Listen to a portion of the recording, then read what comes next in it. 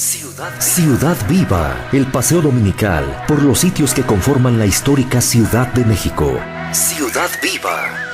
Recorridos llenos de anécdotas. Ciudad Viva con Sandra Rodríguez. Una invitación a crear postales sonoras.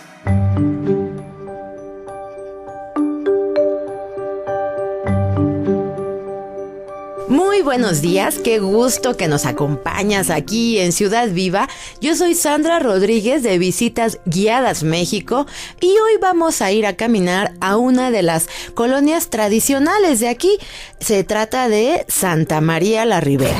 Cuando cruzo por el Chopo entre Díaz Mirón y Carpio, todas las nenas se guían porque yo soy de Naranjo. Y si voy a la Alameda con su redondel y el kiosco, todos al verme se alegran y dicen yo lo conozco.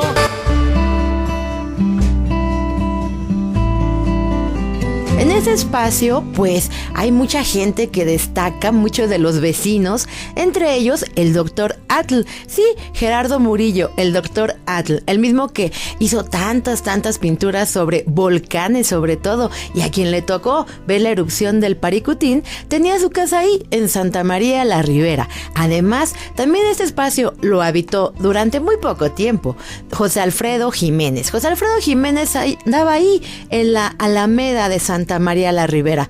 Además, este lugar tiene otros lugares muy interesantes, como el Museo de Geología, el Museo del Chopo, la Casa de los Mascarones, esa casa bellísima que nos recibe ahí muy cerca del Metro San Cosme. Este es uno de los lugares pues bien interesantes. Cuando tú visitas Santa María la Ribera, te enamoras de todo lo que hay en ella, de las casas, de las calles, de las cerradas. Hay una calle allá en la zona de Lirio, en la que tú puedes encontrar muchas casas tradicionales, sobre todo que se llaman residencias señoriales o residencias urbanas. Eso es una nomenclatura que tiene que ver con la arquitectura del Porfiriato, pero de esto vamos a ir hablando poco a poco. Santa María la Ribera es una colonia que nace hacia 1856. En 1856, unos hermanos de apellido Flores compraron estos terrenos. Era un gran rancho que estaba dividido en diferentes zonas. Unas llevaban el nombre de Cuartos, otras de Santa María. Y en ese espacio, ellos tuvieron la visión de que la Ciudad de México iba a crecer del centro histórico, como lo conocemos actualmente, hacia el poniente. Sí, así pensaban ellos que iba a ir creciendo la ciudad, y por eso pensaron que era una excelente inversión comprar estos terrenos. Compran este rancho, que era el rancho de la Teja, y lo empiezan a fraccionar. Realmente, pues ellos solamente se dedicaron a vender la zona que le correspondía al rancho. Ellos no fraccionaron nada. Los que empezaron a hacer todo el fraccionamiento ya fueron los nuevos dueños de los espacios. Esta zona de Santa María la Ribera, si nosotros la ubicamos, está entre Avenida Insurgentes y el actual Circuito Interior, y la delimita la Ribera de San Cosme y la calle de Nonoalco. Pues bien, Santa María la Ribera es una de esas zonas que desde que se empieza la construcción y diseño de la colonia fue pensada para ser habitada por gente de la clase media. Sí, ahí llegaban gente profesionista, contadores, gente que tenía empresas, militares. Así que desde un principio la convivencia era pues entre gente de clase media. Los terrenos que te vendían tenían una extensión muy distinta de la que ahora vemos en los departamentos. Los terrenos medían desde 900 metros cuadrados hasta 1500. Por eso podías encontrar en Santa María la Ribera lugares muy interesantes que tenían arquitectura señorial. Por ejemplo, podías encontrar también grandes palacetes. Palacete es una vivienda suntuosa y de grandes proporciones. Suele ser un edificio aislado, con jardín propio y dotado de grandes comodidades. A menudo se le conoce por los nombres de su propietario, siendo la mansión una muestra de riqueza, estatus y de reputación social. muchos de estos lugares, pues varios han ido desapareciendo con el tiempo, sobre todo con la modernidad. Ahora, pues mucha gente construye ahí departamentos. Si tú visitas, por ejemplo, la Alameda Central ahí de Santa María la Ribera, vas a poder ver unos arcos maravillosos a un costado y detrás de ella un conjunto de departamentos. Sí, en ese espacio originalmente había un gran cine que desaparece y esto es lo que ha ido sucediendo con la colonia. Sin embargo, se conservan muchos rasgos característicos de la arquitectura de este espacio. Cuando tú visitas Santa María la Ribera, lo primero que yo te recomiendo es que llegues al Metro San Cosme. Sales del Metro San Cosme y vas a observar una gran casa, la Casa de los Mascarones. La Casa de los Mascarones es una belleza, es del siglo XVIII, es una casa de estilo barroco. A lo mejor mucha gente lo ubica más porque actualmente es un centro de lenguas extranjeras. En este espacio, originalmente fue una casa de descanso. Sí, imagínate que hacia el siglo XVIII la gente decía: ay, es que aquí el ajetreo de la ciudad y el ruido y el clima, como que no me gusta, como que hay que ir a descansar fuera de este lugar. Y empezaban a comprar terrenos y casas de campo a la orilla de la ciudad. Y la orilla de la ciudad ya era el actual Metro Hidalgo, el Panteón de San Fernando, la iglesia de San Fernando. Uy, entonces imagínate dónde estaría esa zona de San Cosme. Ya realmente eran los lugares más alejados. Y sí, los condes del Valle de Orizaba, los dueños de la Casa de los Azulejos, decidieron comprarse un terrenito allá en la ribera de San Cosme. A un costado de la ribera de San Cosme compran su pequeño terreno y empiezan a construir su casa de campo, la Casa de los Mascarones, como se le conoce actualmente. Cuando tú vas al Metro San Cosme, ves que este icono que representa la estación es realmente una imagen simplificada de la Casa Mascarones. Y esta Casa Mascarones es bellísima. Bueno, realmente lo que queda de ella, que es la fachada. La fachada es magnífica. Lo que nos reciben ahí son unas estípites bellísimas de cantera que evocan la arquitectura de la Catedral Metropolitana o del Sagrario Metropolitano.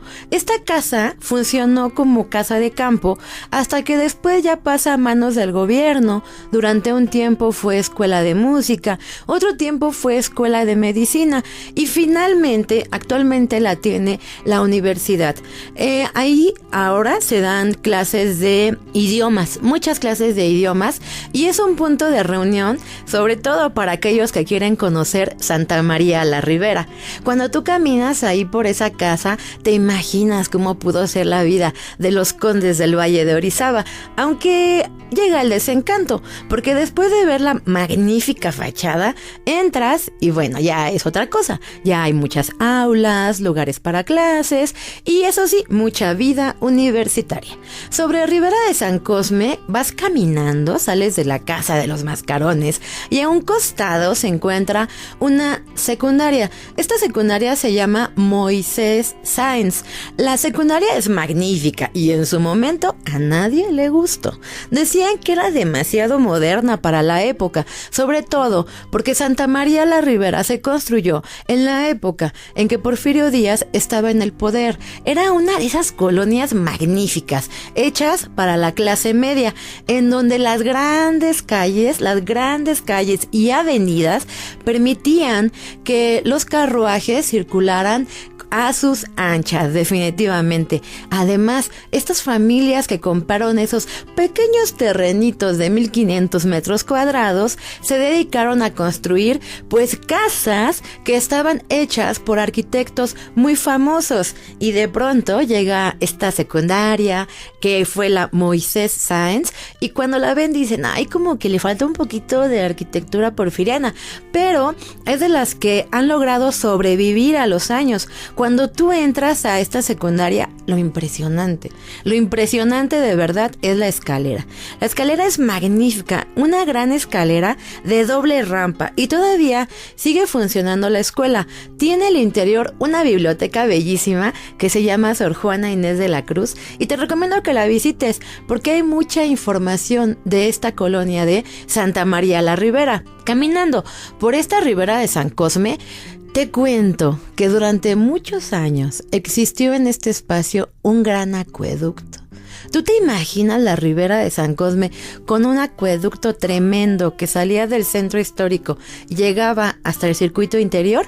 Pues sí, tenía un gran acueducto hermoso que a un costado tenía un convento, el convento de San Cosme y San Damián. Si tú sigues caminando por ribera de San Cosme, te vas a encontrar con el convento de San Cosme y San Damián. Este espacio fue originalmente un convento de franciscanos y a mí esa iglesia me gusta mucho, sobre todo por los altares. Tiene unos altares bellísimos y ha sido sede también de muchas actividades culturales y tiene que ver mucho que ver con la televisión. El sacerdote José de Jesús Aguilar es el párroco de esa iglesia. Entonces tiene una gran visión, él sobre todo tiene una visión muy amplia del arte sacro. Arte sacro es una denominación utilizada para todas aquellas producciones artísticas que tienen como fin un culto a lo sagrado o divino. Durante el trayecto de los siglos, el cual se reconoce la fe, encontramos que el arte sacro intenta determinar cada pasaje y aspecto divinos por medio de pinturas, esculturas y mosaicos. Las representaciones más frecuentes en el cristianismo, por ejemplo, nos muestran el bautismo, el juicio, la crucifixión, la muerte y la resurrección de Jesucristo. También nos muestran a la Virgen María o imágenes de la Biblia. El templo que está dedicado a San Cosme y San Damián tiene en la fachada algo bien distinto, una imagen de la Virgen de la mano de su mamá. Y es que la leyenda dice que realmente este templo cuando se construye no estaba dedicado a San Cosme y San Damián, tenía otra patrona que decía la leyenda que una niña se había caído a un pozo y entonces su mamá, en lugar de sacarla, se pone a hacer una oración y la Virgen María eleva el agua y saca a la niña. Esa imagen está representada ahí en San Cosme y San Damián. Y vamos a ir conociendo otros lugares aquí de Santa María la Ribera. Hay mucho que ver en este lugar. Yo soy Sandra Rodríguez de Visita Guiadas México y estás en Ciudad Viva, en Radio 1000. Ciudad Viva, una invitación a crear postales sonoras. Ciudad Viva, el paseo dominical por los sitios que conforman la histórica Ciudad de México. Ciudad Viva con Sandra Rodríguez.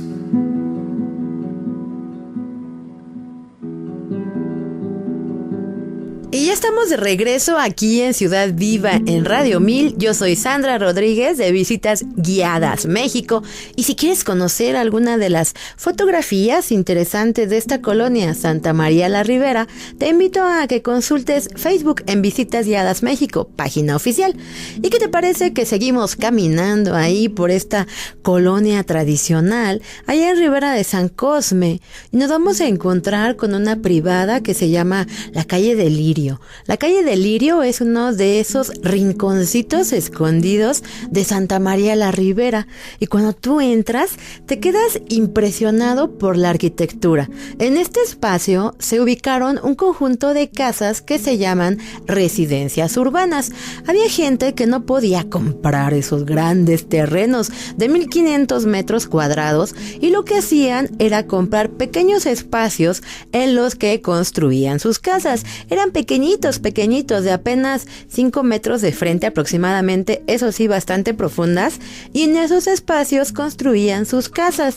Esta Calle del Lirio a mí me encanta porque todo es bastante uniforme. Del lado izquierdo y del lado derecho tú ves cerca de 30 casas igualitas cada una, solamente que las fueron pintando de diferentes colores, pero la estructura es idéntica y entonces parece que estás ahí allá en Europa, con esa arquitectura de pequeños hotelitos que daban cabida a familias en las que se establecía, tenían 2 niveles. Tú entrabas y lo primero que veías era la escalera, y de arriba estaban las habitaciones. Después, en la parte de abajo, además, había un salón especial que se dedicaba a la costura, donde estaban las máquinas para coser, y en este espacio pues las familias pasaban mucho tiempo, sobre todo las mujeres, que en ese entonces sí tenían que saber coser, surcir y bordar. Después, estas casas tenían su cocina igual en la parte del fondo de la casa, y tenían pequeños pasillos en los que en ocasiones se hacían algunas reuniones.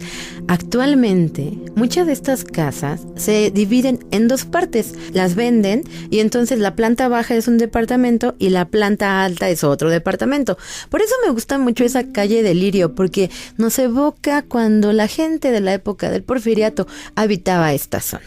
Cuando caminas ahí por la calle de Ribera de San Cosme, te invito a que camines hacia la zona de Insurgentes y des vuelta a la izquierda en la calle de Chopo. En la calle de Chopo yo creo que se ubica uno de los lugares que a todos nos llama la atención. Es el Museo Universitario del Chopo. En voz de Adriana Carral, investigadora del Museo Universitario del Chopo. Pues mira, tenemos exposiciones temporales, también tenemos algunos talleres libres, de vez en cuando tenemos conferencias, seminarios, también tenemos el cinematógrafo, bueno, varias actividades. Este museo está ubicado en Santa María la Ribera, cerca del Metro Revolución o del Metro San Cosme, también cerca de Metrobús, el Revolución o el Chopo. Pueden seguirnos por el Twitter, @Museo del Chopo, o por Facebook en Amigos del Museo del Chopo. Pueden entrar a nuestra página en internet y pueden ver qué es lo que está todavía pues vigente, ¿no?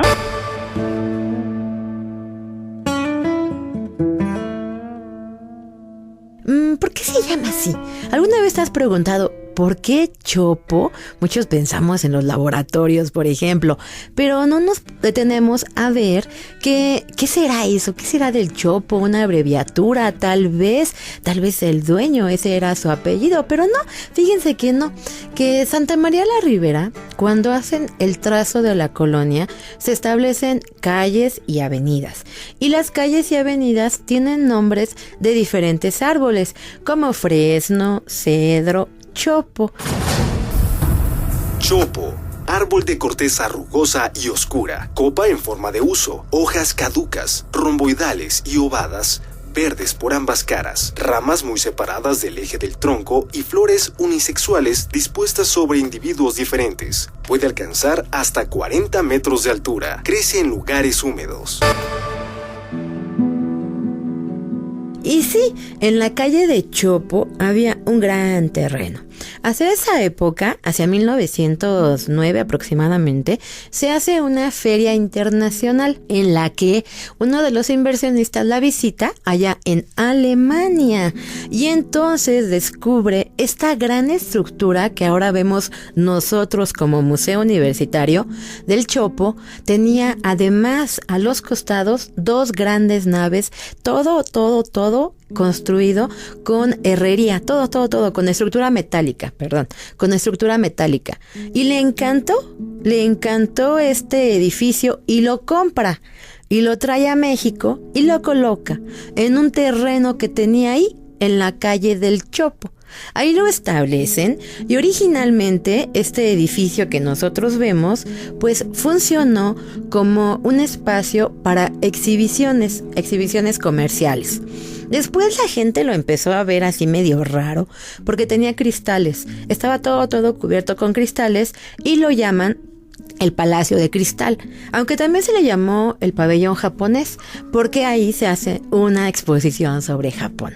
Más adelante, van a haber muchos litigios sobre estos terrenos, que si se los queda Hacienda, que debían impuestos. Finalmente se lo queda la UNAM, y aquí se establece un museo. el Museo de Historia Natural. El Museo de Historia Natural, que ahora se ubica allá en la segunda sección del Bosque de Chapultepec, y que te invito a que lo visites porque vas a encontrar algunos datos bien interesantes, es bastante amplio. El Museo de Historia Natural tuvo sus antecedentes aquí, en esta área de El Chopo. De hecho, hay algunas películas ahí medio raras que he llegado a ver en YouTube, en donde se ve el museo como era originalmente. En este espacio, tú entrabas, era muy, muy oscuro, y tenía pues diferentes espacios para poder exhibir todo lo que tenían al interior.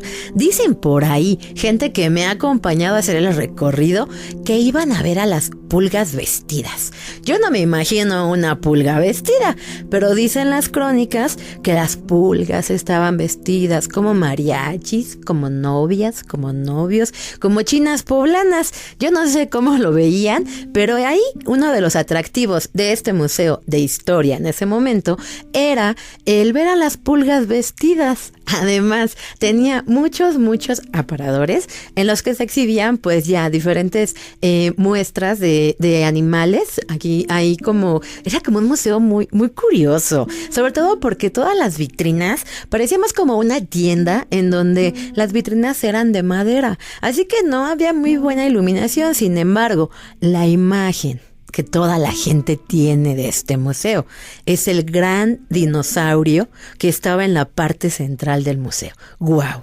Ya, con ver ese gran dinosaurio, la gente ya hacía el día. Y entrabas y veías todo lo que había alrededor, todos esos grandes anaqueles de madera y cristal que te mostraban la historia natural de México. Después, este espacio pues fue viniendo a menos y cambia. Hacia 1954 se lo llevan allá, a la zona de Chapultepec, y el espacio se lo queda la UNAM. Entonces establece un museo, el Museo Universitario del Chopo. El Museo Universitario del Chopo se dedica más a promover actividades culturales, recreativas. También hay exposiciones de cine y tienen su cinematógrafo que también se llama el dinosaurio, ¿no? En honor a este gran dinosaurio que nos recibía ahí en el Chopo. Después de que visitas estos espacios, eso sí, te enamoras del lugar.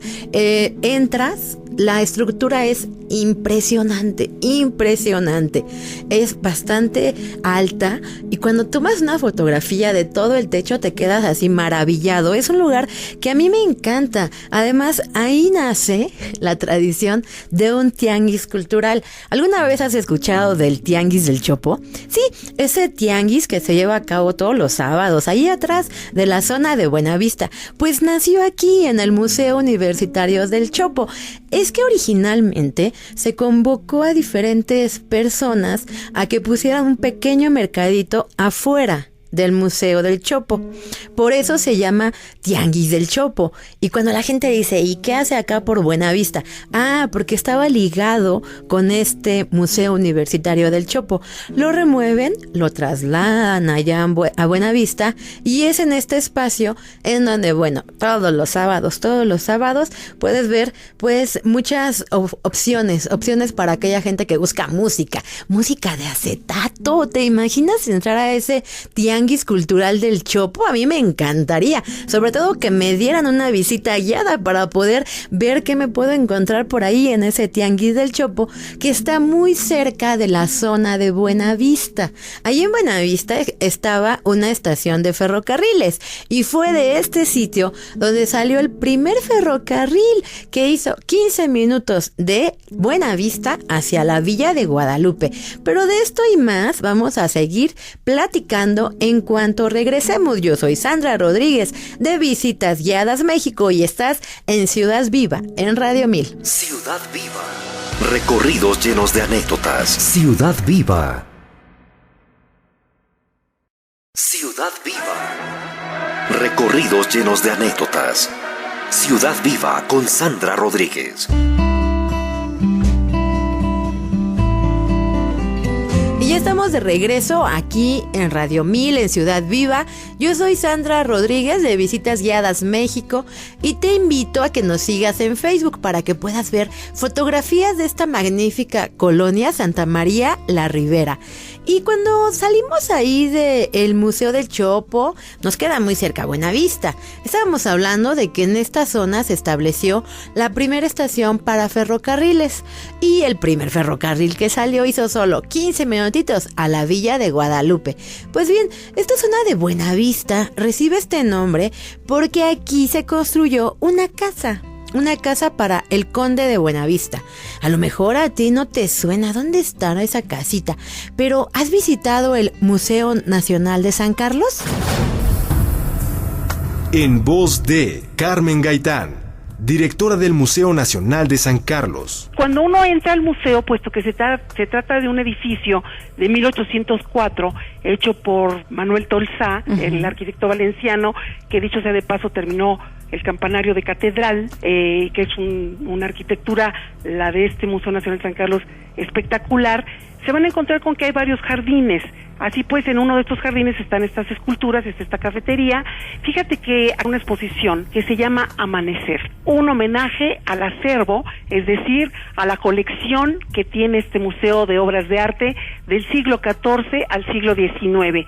Y para esta revisión, para esta nueva lectura de estas piezas que son parte de nuestra riqueza nacional, invitamos a un artista alemán que se llama Thorsten Brickmann. Este es un artista que se autorretrata y en sus retratos podríamos nosotros encontrar huellas de los grandes maestros del pasado como Archimboldo, como el Bosco, como Grunewald, y al mismo tiempo entra en parentesco, en diálogo y en puente con las obras de arte de San Carlos. Pero no nada más eso, él vino a México 3 veces a estudiar el museo y en la última estancia, antes de la inauguración, construyó 5 piezas especialmente para esta exposición hecha a base de desechos.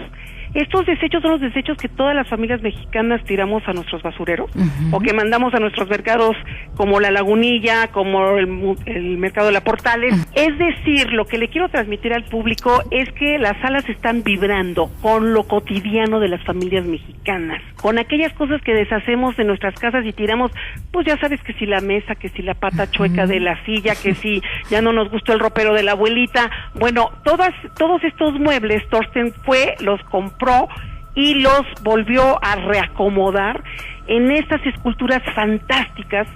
Son esculturas que te hacen reír también. Están a lo largo de las 8 salas del museo. Es una exposición que se llama Amanecer porque estamos diciendo que el museo estaba, digamos que soñando, que ahora se despierta, por eso se llama Amanecer, con esta muestra. Pero también, entrando al museo, se van a encontrar con una sensacional, espectacular muestra de Goya. Son 38 grabados de los caprichos de Goya, que son parte del acervo que tiene también este museo. Son planchas de 1803 y esta colección llega a México donada al Instituto Nacional de Bellas Artes por una persona que se apellidaba Kaufman. Eran personas muy ricas en Estados Unidos y el hijo de este rico estadounidense, en agradecimiento al recibimiento que le hizo nuestro país a los perseguidos judíos, regala al Instituto Nacional de Bellas Artes esta colección magnífica que hoy puede el público admirar en este museo. Y para terminar, también tenemos una instalación sensacional de un artista contemporáneo que se llama Alejandro Pintado y que es un homenaje, es un gran cuadro, es una gran reproducción de un paisaje de José María Velasco a 100 años de su fallecimiento.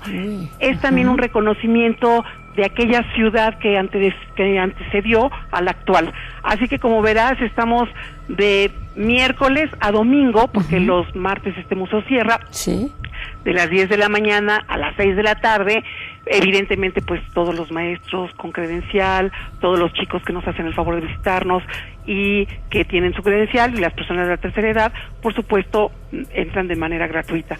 Nosotros estamos en un lugar privilegiado, es a 2 cuadras del Monumento a la Revolución, y nuestro museo está sobre Puente de Alvarado número 50.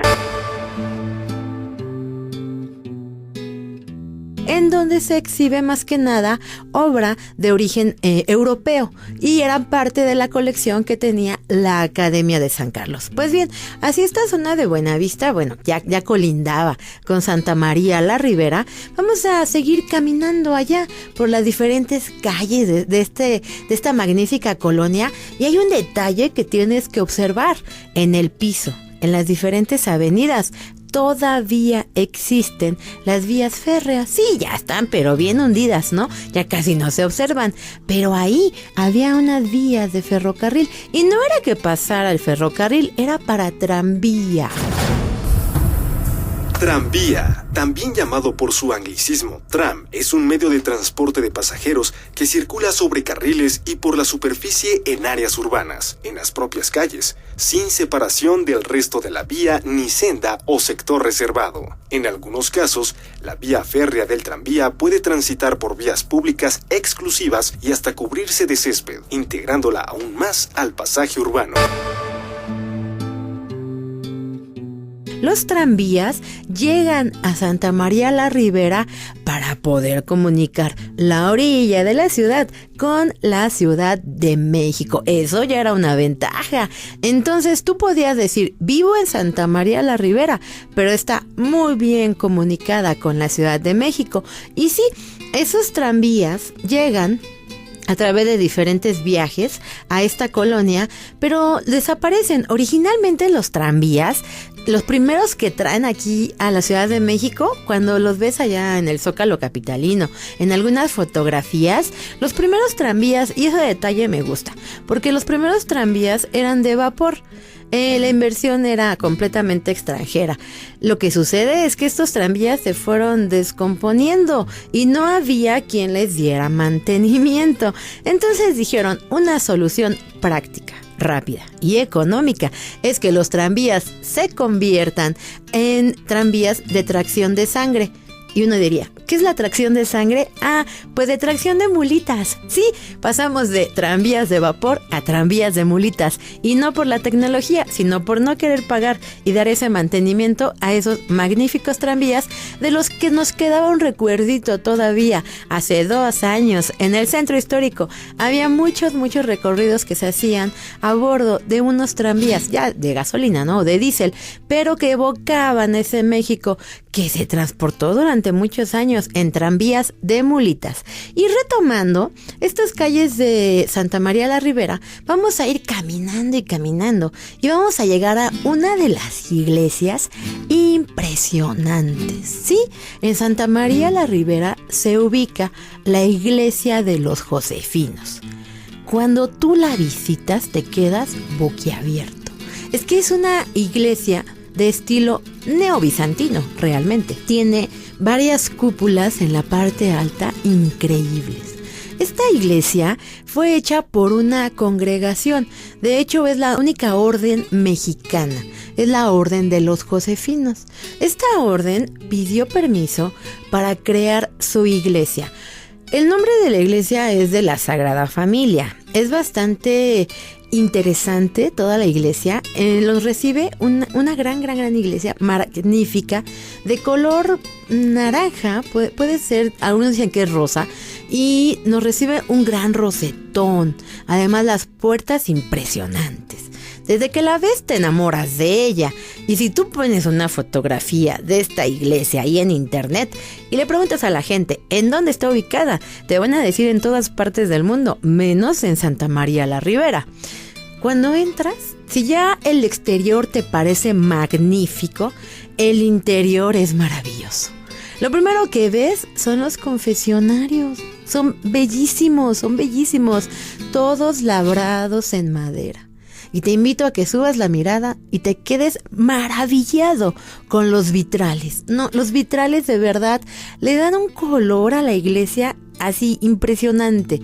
Y vas caminando hacia el altar mayor de esta iglesia de la Sagrada Familia o de los Josefinos, como lo conocen, y llegas al altar mayor. Subes la mirada y lo primero que ves son diferentes cuadros de gran formato en donde se habla de la vida de San José.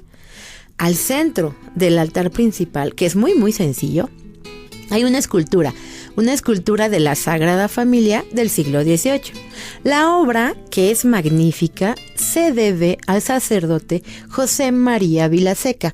José María Vilaseca tenía un sueño y era hacer esta iglesia y oficiar misa cuando cumpliera 50 años de sacerdocio. Y lo logró. Y en realidad fue lo último que hizo, porque después de esto él ya fallece, bastante ancianito, pero dejó una belleza de verdad de iglesia. Tienes que visitar esa iglesia de la Sagrada Familia o los Josefinos, como la conoce la gente. Sales de la iglesia ahí de la Sagrada Familia y caminas sobre la calle ya de Santa María la Ribera. Y toda esta calle te va hablando de la historia de la colonia y empiezas a evocar la arquitectura y te imaginas cuando la gente bajaba aquí en carruajes, cuando construyeron las residencias urbanas. ¡Ay, las residencias mexicanas son magníficas! Son casas que parecen haciendas, las fachadas parecen haciendas. Y también te vas a encontrar en esta calle de Santa María, te vas a encontrar con edificios departamentales de la época del Porfiriato, en donde eran grandes casas perfectamente bien diseñadas. Algo que caracteriza a ese tipo de arquitectura es que en la parte alta tienen mansardas, esas mansardas que son de influencia europea y que se colocaban para que se derritiera la nieve, ¿no? Es completamente europeo. Otra de las características de las casas que te encuentras ahí en la calle de Santa María son los sótanos. Sí, ellos establecieron, como había mucha humedad, la gente de esta zona al construir su casa y querer colocar duela de madera, resuelve el poder combatir la humedad y que no se bote su duela con pequeños sótanos. Algunos apenas alcanzan los 50 centímetros, ni siquiera se pueden usar para colocar nada, pero otros sí alcanzan un nivel casi de entresuelo, de 1,5 metros aproximadamente, 2 metros. Entonces, esa es una de las características de las casas ahí de Santa María la Ribera, una de las colonias, pues estas colonias aristocráticas de clase media alta. Y caminando por esta calle, ya vas caminando y lo primero que ya así te brinca a la vista es el kiosco morisco. El kiosco morisco yo creo que es de esos elementos que definitivamente destacan en esta colonia. Tú dices Santa María la Ribera y piensas kiosco morisco inmediatamente. El kiosco morisco se ubica en la Alameda de Santa María la Ribera y es un kiosco que originalmente fue pensado para una exposición universal de 1884. El proyecto es de José Ramón Ibarrola. José Ramón Ibarrola nació en la Ciudad de México el 10 de julio de 1841 y desde niño mostró una inteligencia precoz. A la edad de 18 años se tituló como ingeniero topógrafo en Escuela de Minería. Continuó estudiando y poco después se recibió como arquitecto en la entonces Academia de San Carlos. Desde su juventud entabló amistad con Porfirio Díaz, quien, apreciando las facultades y conocimientos del ingeniero Ibarrola, siempre le confió comisiones delicadas durante su gobierno. En 1868 fue socio fundador de la Asociación de Ingenieros y Arquitectos de México, institución que aún existe. En 1884 se formó en México la Comisión para la Exposición Internacional de Nueva Orleans, donde fueron nombrados el general Porfirio Díaz, el ingeniero arquitecto José Ramón Ibarrola y don Eulogio Guillow, ocasión en la que presentó su proyecto de pabellón mexicano, el famoso kiosco morisco. Otra faceta de su carácter se nota cuando el general Plutarco Elías Calles decretó que todos los profesionistas del país debían revalidar sus estudios. El ingeniero Ibarrola manifestó que él no necesitaba revalidar y comprobar sus conocimientos de 60 años de estudios, experiencias y servicios a la nación. Se debe recordar que fue un ejemplo de profesionalismo, que siempre trabajó para engrandecer a México. Este mexicano ejemplar falleció el 18 de mayo de 1925. Y él lo manda a esta exposición. Es bellísimo. Lo increíble es que es desmontable. Lo puedes desmontar cuantas veces tú quieras. Pero de esto vamos a hablar cuando regresemos. Estás en Ciudad Viva, en Radio 1000. Ciudad Viva. Recorridos llenos de anécdotas. Ciudad Viva con Sandra Rodríguez. Ciudad Ciudad Viva, una invitación a crear postales sonoras.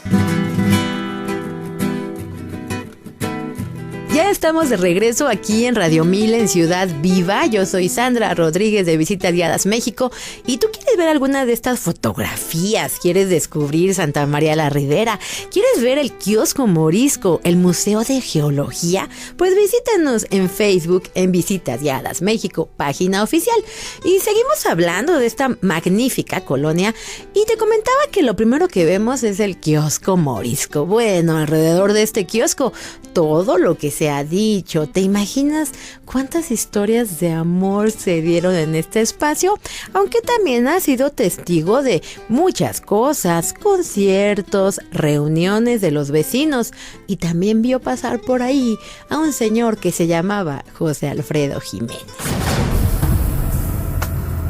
José Alfredo Jiménez nació el 19 de enero de 1926 en Dolores Hidalgo, Guanajuato. Hijo de Agustín Jiménez y Carmen Sandoval. Tuvo 3 hermanos y 4 medios hermanos. Llegó a la capital mexicana a los 8 años al fallecer su padre, en compañía de su tía Refugio Sandoval, la tía Cuca, a la que veía como su segunda madre. Se establecieron en la colonia Santa María la Ribera. En 1948 cantó por primera vez en la XEX y algunos meses después logró cantar en la famosa emisora XEW, acompañado por el trío Los Rebeldes. Su triunfo definitivo lo alcanzó en 1950, año en que Andrés Huesca y sus costeños grabaron su canción titulada Yo, pieza musical que se convirtió rápidamente en el primero de una larga serie de éxitos. Cantó por todo el país y trabajó en el teatro, la televisión y la radio, tanto en México como en el extranjero. Y desde los años 50, muchos de sus temas fueron incluidos en cintas cinematográficas, como Tú y las nubes. Obtuvo más de 100 premios en reconocimiento de su labor como compositor y cantante, entre ellos 16 discos de oro. Falleció en la Ciudad de México el 23 de noviembre de 1973, a consecuencia de una úlcera gástrica que le aquejaba desde tiempo atrás.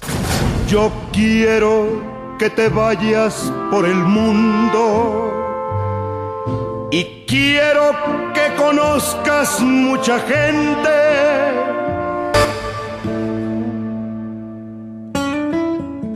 Sí, José Alfredo Jiménez, cuando llegó allá de Dolores Hidalgo, el primer lugar en el que empiezan a rentar es aquí en Santa María la Ribera, y decían que por ahí en alguno de los restaurantes que rodeaban a esta alameda, pues empezó a cantar, así que también ha sido testigo de la vida de este hombre.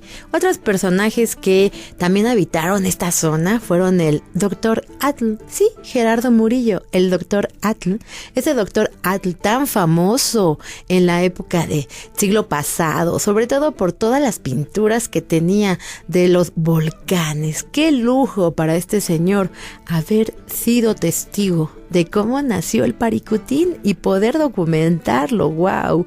Sí, este doctor Atl le da origen a la única calle de Santa María la Ribera que no tiene nombre de árbol. Lleva ese nombre, doctor Atl, y él tiene una gran historia. A él le debemos que se pudo conservar el exconvento de la Merced. Bueno, realmente nada más el claustro, porque todo el templo lo tiraron. Dicen por ahí que este doctor se había ido a vivir a esta zona de la Merced, al claustro de la Merced, para poderlo conservar, porque el gobierno ya lo quería derrumbar. Inclusive en alguna de sus narraciones cuenta que él había, como no tenía muchos recursos, hasta se ofrecía ahí en el mercado de la Merced para hacer mandados y llevarle a la gente su fruta. ¡Ay, qué lujo haber estado con este señor que ahora es tan famoso! Originalmente estaba ubicado el kiosco morisco allá en la Alameda Central, donde ahora se ubica el Hemiciclo a Juárez. Sí, este espacio antes, imagínatelo, después de 1884, cuando se hace la Feria Universal, en la que el kiosco morisco representa a México, se termina la feria, lo desmontan y lo traen a México. Y dicen, ¿dónde lo podremos poner? Y deciden colocarlo ahí, a un costado de la Alameda Central. Allá estaba el kiosco bellísimo, y ahí se hacían los sorteos de la Lotería Nacional. Sí, Ahí se hacían semana a semana los sorteos de la Lotería Nacional. De aquí sale, ya después, cuando se lo llevan hacia 1908, cuando se coloca el hemiciclo a Juárez, lo tienen que trasladar y se traslada a Santa María la Ribera. Pero de aquí sale un edificio, por eso cuando tú vas ahí por Reforma y Bucareli, hay un gran edificio blanco que se llama El Moro y es de la Lotería Nacional. Y tú dirás, ¿qué tiene que ver el Moro con este edificio? Pues es que es como en homenaje al kiosco morisco, es un homenaje a ese kiosco morisco, sede de los sorteos de la Lotería Nacional. Después este kiosco llega aquí y a los vecinos les encantó, y hay vecinos que decían, hay unos inventos ahí medio raros. Decían que el kiosco había sido un regalo de un jeque árabe para una mujer de la que se había enamorado. Otros decían que no, que era un kiosco que habían mandado allá de Arabia y que tenía símbolos muy raros que tenían que ver con el fin del mundo y demás. Así muchas leyendas extrañas. Pero la verdad es que el proyecto es de José Ramón Ibarrola de 1884. Alrededor de esta Alameda de Santa María la Ribera te vas a encontrar también el Museo de Geología. En voz del maestro en ciencias del Museo de Geología, Luis Espinosa. Bueno, mira, el Museo de Geología es un espacio único, podríamos decir, no solo en la Ciudad de México, sino yo creo que en todo el país, porque es un palacio de las ciencias de la Tierra. Y es un palacio que como tal, pues, resguarda las joyas de la corona, por decirlo de alguna manera, ¿no? Entonces tenemos las colecciones más bonitas y más importantes de minerales, de rocas, de meteoritos, que también son una variedad muy interesante que podemos platicarla, y sobre todo de fósiles.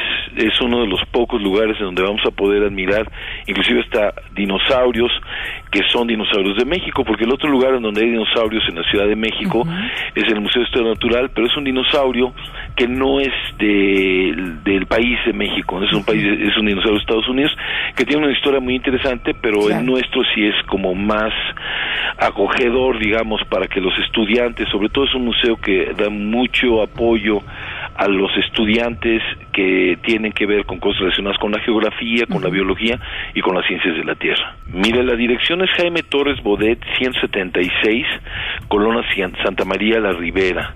Está exactamente enfrente de la Alameda de Santa María, que se llama, donde hay un kiosco muy bonito, que es el kiosco morisco. Digamos, es uno de los puntos de referencia en donde la gente puede basarse, ¿no? Muchas veces se confunden un poco porque llegan al Museo del Chopo y nosotros estamos como todavía entre 5 y 7 cuadras al norte del Museo del Chopo. Si ya llegaron al Chopo, se puede decir que ya están a tiro de piedra del Museo de Geología.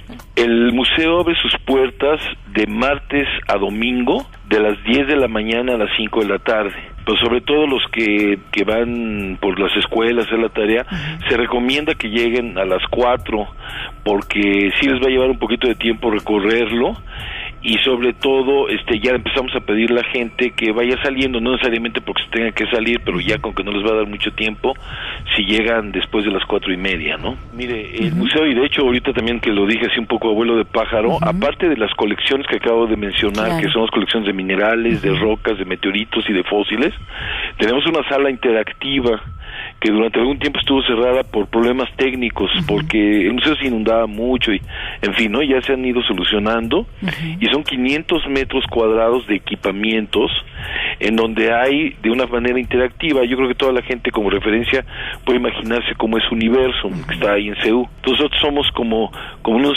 hijos de Universum, porque Universum y los científicos del Instituto de Geología diseñaron los equipamientos, pero son los multimedia y las computadoras con temas relacionados con las ciencias de la Tierra. Entonces, aparte de lo que ven arriba de las colecciones y demás, en el sótano tenemos 500 metros con equipamientos de cómo funciona la Tierra. Se llama la Sala del Sistema Tierra.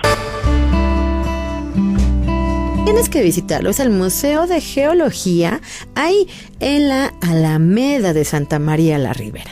Si todavía no te has cansado, te invito a que camines ahí muy cerquita de esta alameda y des la vuelta hacia la izquierda. Y exactamente en la parte de atrás del Museo de Geología te vas a encontrar con una iglesia magnífica. Se llama del Espíritu Santo. Esta iglesia del Espíritu Santo destaca, realmente la fachada es bastante sencilla, pero cuando entras, ¡wow! ¡Qué lujo! Entras, ves la escalera de mármol y ves hacia el techo. Entonces te vas a encontrar con un artesonado completamente dorado. Es increíble. Es una de esas iglesias que me gustan porque son diferentes, son muy diferentes. Generalmente estamos acostumbrados a esos grandes templos con unas grandes cúpulas y bóvedas de medio cañón y muy altas. No, esta iglesia del Espíritu Santo, entras y el techo, todo el techo es liso, todo, como si fuera una gran losa. Y después pusieron pequeños cuadros en el techo que se llaman artesones de madera, decorados y dorados. Ahora imagínate todo eso en un techo completo. Se ve increíble, de verdad se ve increíble. Además, la iglesia tiene otra característica y a los costados subes las escaleras y también en el segundo nivel tienen un área para escuchar la misa. Es mágica. A mí me gusta mucho esta iglesia del Espíritu Santo ahí en Santa María la Ribera. Cuando sales de esta iglesia te vas a encontrar con diferentes calles también muy interesantes, pero también podemos hablar de varios personajes que establecieron su hogar en esta colonia. Entre ellos se encuentran el suegro, sería el suegro de Porfirio Díaz, el primer suegro de Porfirio Díaz, que se llamaba don Manuel Ortega Reyes, tuvo su casa aquí en Santa María la Ribera, y yo me imagino que fue una casa muy bonita, porque bueno, tenía toda la ayuda del yerno. Sí, Manuel Ortega Reyes fue el papá de Delfina Ortega. ¿Quién es Delfina Ortega? Delfina Ortega fue su primera esposa, pero también era la sobrina de Porfirio Díaz. Entonces ahí había muchos ciertos detalles que arreglar con la Iglesia Católica, porque cómo se iba a casar con su sobrina don Porfirio Díaz, pero sí lo hizo. Y allá quedó su casa, la casa de su suegro, en Santa María la Ribera. Hay otros personajes también importantes, como, aparte de José Alfredo, Mariano Azuela, este escritor que realiza esta novela de Los de Abajo. Y hay otros muchos lugares que podemos visitar ahí en Santa María la Ribera y que yo espero que podamos hablar en otros programas. Muchas gracias por acompañarnos, qué gusto. Yo soy Sandra Rodríguez de Visitas Guiadas México, y antes de irnos quiero enviar una felicitación a todos los papás que nos están escuchando, porque hoy es su día.